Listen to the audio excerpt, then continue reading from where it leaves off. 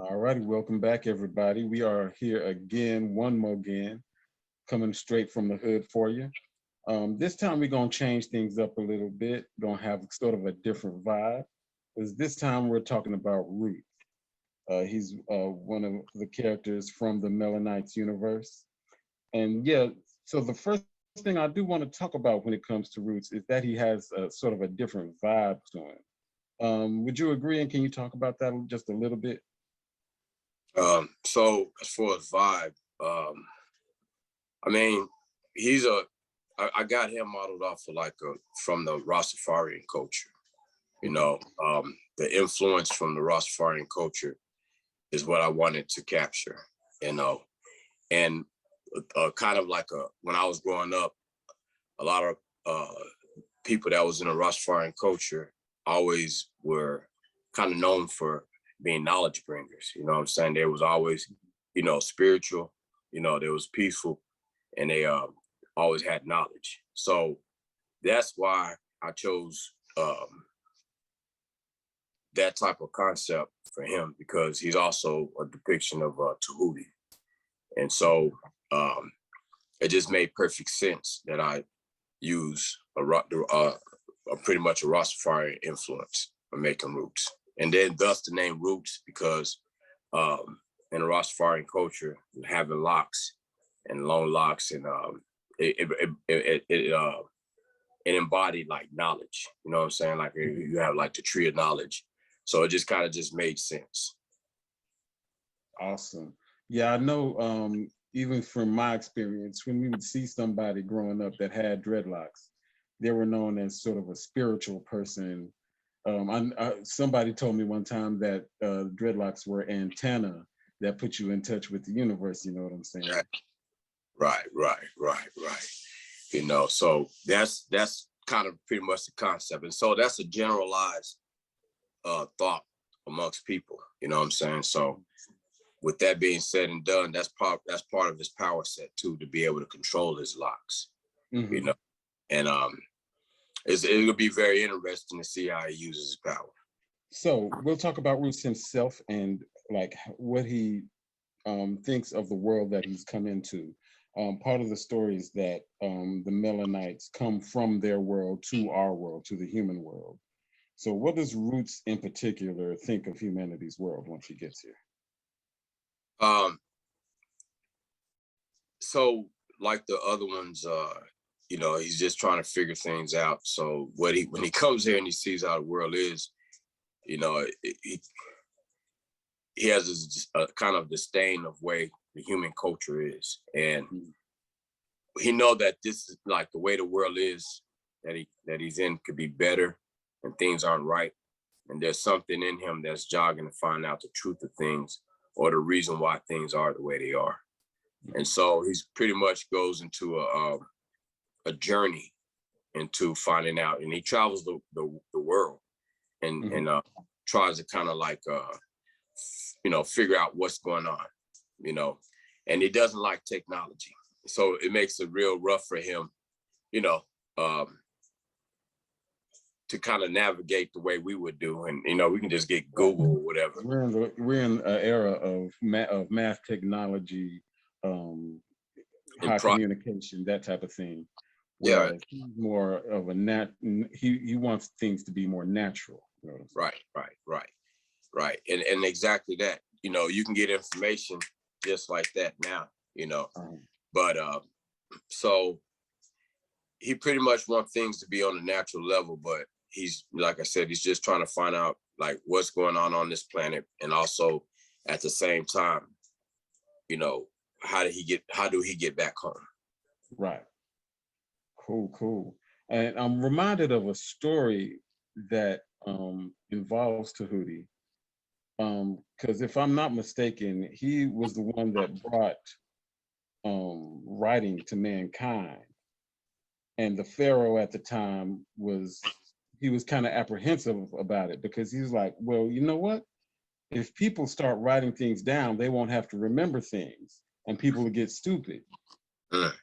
And it's ironic to come to today's time, and it's like we have all of human knowledge at our fingertips, but it hasn't made us any smarter because we can look up facts, but do we have the wisdom to go with it? Right, right. And so, I mean, hey, it was written on the walls back then, and it shows thousands of years now to this point now that, it seemed to be true. I don't remember phone numbers no more. Like, as long as I got Right. contact, I don't even spell no more. I just, Mm-hmm. spell check. It's a dumbing down process with technology. So I do find that, the men of those days that wrote that story understood how humanity would kind of get dumbed down just off of writing. Mm-hmm. So, so that's interesting. That's what's up. So we'll talk about Rootz as a character. What influences went into his creation? Like I mentioned earlier, Rastafarian culture, but like to pinpoint Peter Tosh, I chose a musician, Peter Tosh, because of his music, the influences that he had and the things that he talked about. He was dealing with a lot of political issues during that time. He was one of the founding members of the Wailers, one of the groups that Bunny and Bob Marley was started out in. And, I love his music, you know what I'm saying? So with that, and what I like about Rastafarian music, that they're singing knowledge, you know what I'm saying? When you just really listen to it, there's a lot of parables, that was like the main reason why I really gravitated towards the music and still love it to this day, And then and I also got two different Kemetic deities actually associated with Rootz, which is one being Tahuti, which is a deity of wisdom, knowledge, and then the other one is Gibb, which is a deity of matter or earth or, things physical, so, and that's where his power set comes from, Okay. And so Rootz have a lot of cool power sets, and it makes him once he I don't want to reveal that part yet, but Okay. he's going to be he's a lot of people that kind of been following the characters. A lot of people love Rootz. Yeah. Awesome. So I was hoping, I'm not familiar with Peter Tosh myself. Could you talk about a little about why you're a fan of his, what type of music he makes, and maybe even who knows, we might even do a little post a little playlist at the end of this. But what is it about his music that appeals to you? I mean, pretty much what I said earlier. Like, he was dealt with a lot of political issues. Hit the, being part when he was with the Wailers, with Bob Marley and Bunny, like all the music that they did was like classics. When he did things on his own, like songs like Legalize It, you know what I'm saying? Yeah. He was already advocating for legalization of marijuana, you know what I'm saying, at those days. And he had like, I love the song that he had, Step and Razor, you know what I'm saying? That's just like like the way I resonate with it. It's like, stay out my way, I'll cut you type of thing, you know what I'm saying? And I'm just a fan of his for many, many different reasons, you know what I'm saying? Outside of music and just his political standpoints. So, pretty much. Cool. That's awesome. And one thing I wasn't that familiar with as well is Gibb. I think some people might actually, especially if they come from our community, might be familiar with Tahuti. However, I'm not that familiar with Gibb. Can you tell us a little about Gibb and why you chose him as part of this character? So Gibb is pretty much like the earth deity.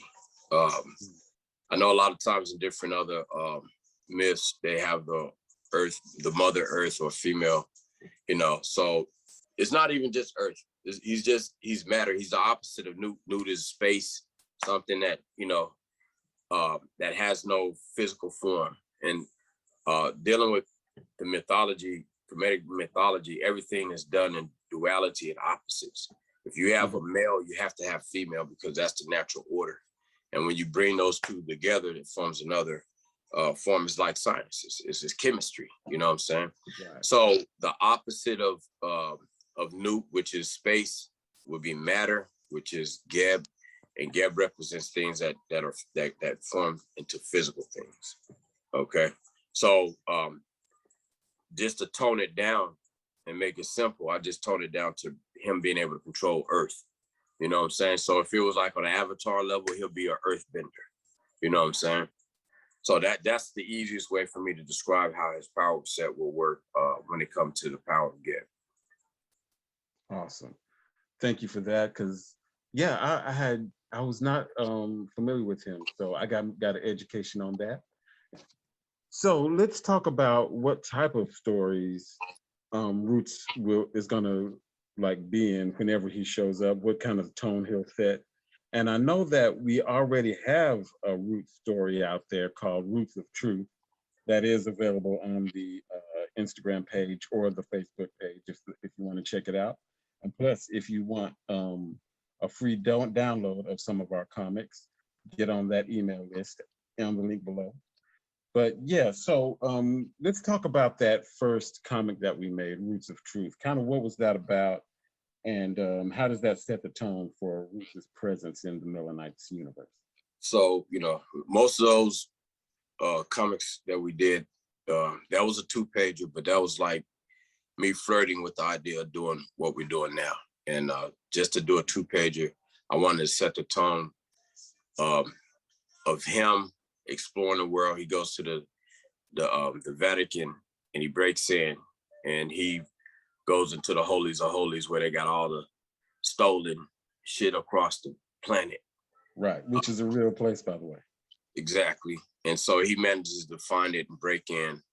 And while he's there, he's just reading all these different manuscripts and just getting down to the root, the truth of everything. You know what I'm saying? And that's part, you know, we talked about it earlier. You know, I wanted to incorporate those little small stories into the main one to keep it relevant, you know. And that's pretty much a part of the journey that he has before we get to see him in the Melanite book. Okay. So when he appears there, he's already done all these different things. And that you know, that story right there, that happened years before. And so it'll help, you know, if anybody goes back and read that story, they'll be able to kind of understand the tone of who Rootz is. And they'll actually get to see him use his power, one part of his power, which is the main thing is like the hair, his locks, being able to control them. And, you know, just like the Marvel character Medusa, you know, it's kind of like on that type of level there, you know what I'm saying? So, but he does it in a more interesting way, you know. He multitasks. And I want him multitasking to show how genius he is, you know what I'm saying? He's able to read and fight at the same time, you know. I don't know what the guy we had, the main character, not the main character, but like the one guy we had come in that made it all the way through the fight or whatever, and he, you know, gets up to Rootz and he's like talking to him and stuff, and I, you know, I think that was a real cool 2-page story. Yeah, you know. Me too. I really loved working on that story, and I loved the vibe of it because I felt like it was kind of a real representation of how someone from our culture would react to someone like Rootz coming into our world. You know what I'm saying? As opposed to someone of a different culture coming into contact with somebody like that. And we talked about that before. So that right there is really kind of like back in the earth. That's an early stage of what we're doing now. And it's, you know, all the other agents or soldiers went in and seen him. You know, they thought they reported him as a demon. You know, they thought it was a demon down there. But when the brother get down there and see him, he didn't, you know, he was able to walk past all the drama and get close to him and see him who he really was. And then, you know, at the end of the story, they're up there smoking blunt and reading these books and stuff, you know what I'm saying? Right. And, you know, a little comedy, do a little comedy at the end of it, you know what I'm saying? Just to liven it up. Yeah. That's what's up. So, all right, that is all I had for Roots today. Anything you wanted to end on that subject? Now just I want everybody to know, like, just get ready to see him and make his debut, Melanites issue 1. You know what I'm saying? We Indeed. got a bunch of different characters in there.